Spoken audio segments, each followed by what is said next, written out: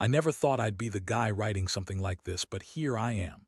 My name's Jake, and I've been with my wife Ashley for about 6 years now. When we first met, everything was perfect, or so I thought. She was gorgeous, charming, intelligent, and seemed to genuinely care about me.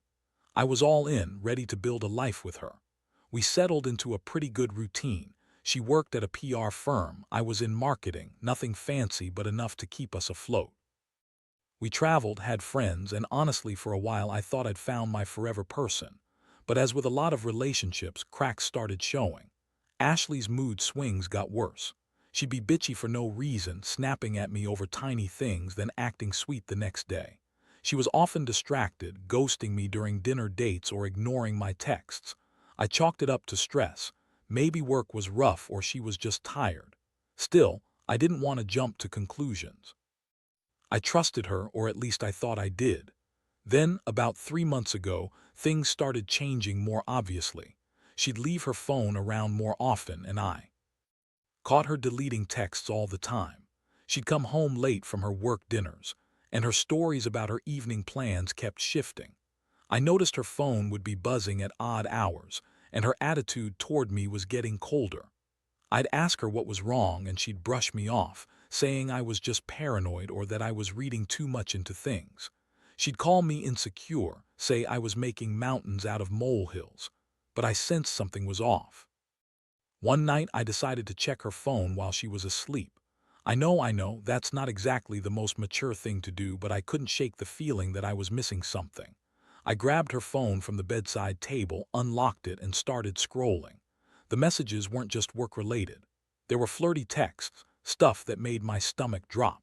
She was talking with someone named Brandon, calling him babe, saying how much she missed him, how she couldn't wait to see him after work. I felt my blood boil.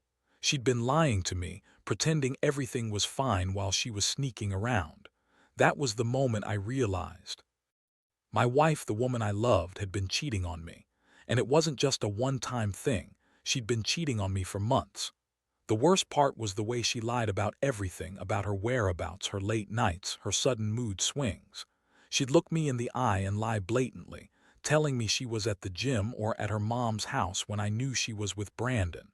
It was like I was living with a stranger, someone who could lie so easily, so convincingly. I felt betrayed, humiliated, and furious all at once. I didn't want to believe it at first. Maybe I was overreacting, maybe I was paranoid. But the evidence was staring me in the face, clear as day. Still, I had to confront her, had to hear her side of it. That's when the real mess started. The next day, I could barely focus at work. My mind kept circling back to those texts, the lies, the betrayal.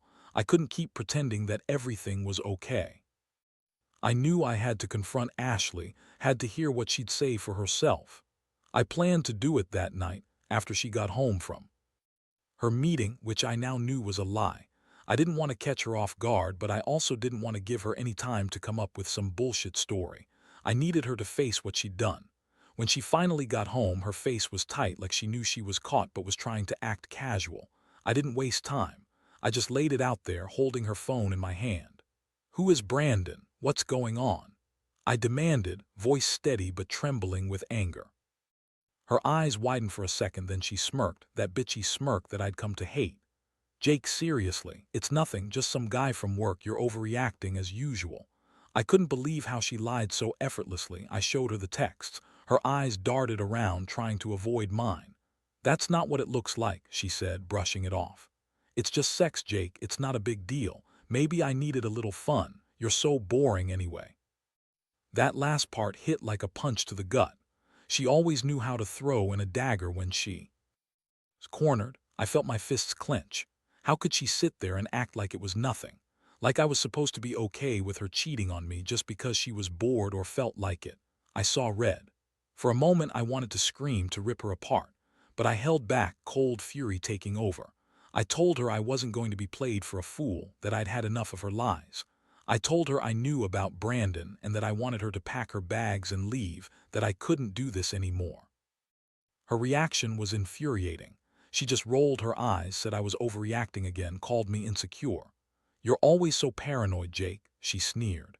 "You think I cheat on you every time I go out with a friend. Grow up." That's when I realized I was dealing with a master manipulator. She was so good at flipping the script, turning everything around to make me look the bad guy. I was hurt, yes, but mostly I was furious. How could she betray me like this? After everything we'd been through, I sat there trying to process what was happening, feeling a mixture of sadness, anger, and a deep sense of betrayal. I felt like I'd been hit in the chest with a sledgehammer. That night, I went to bed angry, trying to figure out what to do next. Part of me wanted to forgive her, to forget the whole thing and pretend it never happened. But deep down, I knew I couldn't. This was only the beginning of something much darker and more complicated. The emotional toll was already starting to weigh on me. I couldn't sleep. My mind kept replaying her lies, her sneering face, her cold attitude. I started questioning everything, our marriage, my own judgment, whether I ever really knew her at all. It was like waking up from a dream and realizing that everything I'd believed in was a lie. I felt betrayed not just by her but by myself for trusting her so blindly. That's when I realized this was going to change everything, one way or another. The following days were a blur. I was stuck in this weird limbo. Part of me wanted to fight, to yell, to throw her out and never look back.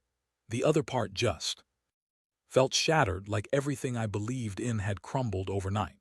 I couldn't eat, couldn't sleep properly. I kept replaying the confrontation over and over in my head, trying to find some way to make sense of it all, to understand how she could be so callous and manipulative. Every time I thought about her dismissing my feelings, calling me insecure, I felt this bubbling rage rise up. And yet, beneath that rage, there was a deep sadness I couldn't shake. One thing I couldn't ignore was the way she kept lying, even after I confronted her. She'd come home, act normal for a while, then suddenly slip up. She'd forget to delete a message or leave her phone unattended. Sometimes I'd catch her staring at her screen, her face tight like she was hiding something. I started following her, watching her movements, trying to catch her in the act again. I also began digging into her phone more, looking for any other clues or hidden conversations. It was obvious she was hiding more than just Brandon. Then, one evening, I decided I'd had enough of the silent treatment. I wanted answers, real answers. I set up a hidden camera in the living room, aimed at the area where she often left her phone. I wanted to see what she was up to when she thought I wasn't watching. It felt like a gamble, but I couldn't just sit here waiting for her to slip up again. I needed to see it with my own eyes. That night I sat on the couch, heart pounding, waiting for her to do something stupid. Sure enough, a few hours later her phone buzzed. She was alone in the living room, scrolling through her messages. I saw her pick up her phone and start typing. My stomach clenched when I read the message she sent to someone named Brandon. "Can't wait to see you tonight. Hope you're ready for me." That confirmed everything I'd suspected. She was planning to meet him again, probably for sex, and she didn't care who knew it. The camera caught her slipping her phone into her purse and heading out the door, all while pretending to be sleeping just moments before. I couldn't believe how much of a liar she was. We had built this life, this marriage, and she'd been cheating on me with yet another guy, and probably more than just him. Every new piece of evidence was like a punch in the gut. I felt disgusted, betrayed, like I'd been living with a stranger all along. I started questioning everything about her, her honesty, her intentions, my judgment. How could I have missed all these red flags? I'd been blind, trusting her too much, and now I was paying the price. The worst part, I knew that even if I threw her out, the damage was done. I'd never look at her the same way again. My mind was racing. What should I do? I knew I couldn't trust her anymore, not after all this. Part of me wanted her gone immediately, but another part, the wounded, naive part, still hoped for closure, for some kind of apology or explanation. But deep down, I knew there wasn't going to be one. The Ashley I loved was gone, replaced by this ruthless, manipulative woman who lied and cheated her way through our marriage. I sat there, feeling a mixture of anger and heartbreak, realizing that my entire life had just been turned upside down. I was finally starting to understand that my marriage was beyond saving. At least, that's what I told myself that night. The next morning, I woke up with a pounding headache and a mind heavy with everything I'd uncovered. I couldn't eat, couldn't focus. All I kept thinking about was how she'd lied to my face, how easily she had dismissed my feelings, calling me paranoid and insecure. I knew I needed to confront her again, but I also felt like I was already at the edge of losing my mind. Every part of me screamed that I had to get her out of my life, but I hesitated, partly because I didn't want to seem desperate, partly because I was still holding on to a tiny hope that maybe, just maybe, there was some way to salvage what was left. She was already at work when I decided to check her emails on my laptop. I'd promised myself I'd find out everything, no matter how painful. And sure enough, buried in her inbox were more messages. Not just with Brandon, there were others, dozens of them. Flirty exchanges, promises of seeing her tonight, pictures of her in revealing clothes, all sent to different men. The extent of her betrayal was worse than I thought. She'd been playing me. For months, juggling multiple guys, lying every step of the way. And the worst part, she had no remorse. She lied through her teeth about everything, and now I saw she was just a serial cheat. That was when I decided I'd had enough. I'd planned to confront her that evening, but I couldn't wait any longer. I needed her to see I knew everything. I called her at work, told her I wanted to meet her after hours. When she arrived, I was already furious. I told her I knew about the emails, the texts, all of it. Her face went pale for a second, then she quickly put on this "I don't know what you're talking about" act. She started denying everything, claiming the emails were fake, that I was jealous, insecure, paranoid. She even had the gall to say, maybe I just needed some fun. It's not a big deal, just like she did when I caught her texting Brandon. I couldn't take it anymore. I told her she was a liar and a cheat, that I'd had enough of her bullshit. I told her she could pack her things and find a new place because I wasn't going to tolerate this anymore. Her reaction was classic Ashley. She started crying, saying I was ruining everything, that I didn't understand her, that I was controlling. She was trying to guilt-trip me as if I was the one hurting her, but I saw right through it. This was her game. She played the victim while she was the one screwing around behind my back. I told her I wanted her gone that night. I wanted her out of my house, out of my life. She tried to talk her way out of it, begging and crying, saying she loved me, that she'd change. But I wasn't buying any of it. I knew the truth, and I knew I couldn't trust her anymore. I told her I'd call the divorce lawyer first thing in the morning. That was one of the hardest moments in my life, realizing I'd been betrayed so deeply and that there was no way back. That's when she looked at me with this cold, bitchy glare and said, "You're overreacting. You're just jealous because I was having fun. You're insecure, Jake." That was the final nail in the coffin. I felt my stomach turn. After she left, I just sat in the living room, staring at the empty space where she used to be. I felt numb but also furious. I couldn't believe I'd been so blind, so naive. How could someone I loved so much be capable of lying, cheating, and just dismissing me like I was nothing? I started thinking about all the good times, all the plans, and how they'd all been fake. It was like waking up from a dream and realizing I'd been living in a nightmare. I knew I had to move on, had to rebuild myself from the wreckage of this betrayal. But right then, all I could feel was this overwhelming mixture of heartbreak and rage. I couldn't believe I'd let her do this to me, and I knew that the road ahead was going to be long and painful. The days that followed were a blur of legal calls, packing, and trying to piece myself back together. I'd never felt so humiliated, so betrayed. Honestly, I kept replaying everything in my head, every red flag I'd ignored, every time she dismissed my concerns, every lie she told. It was like I was waking up from a bad dream, only to realize it was my life. I felt like a fool, and part of me wanted to crawl into a hole and disappear. But I knew I had to face reality and do what was right for me. I moved out of the house that week, into a small apartment that I barely had a chance to decorate because I was too busy dealing with the mess.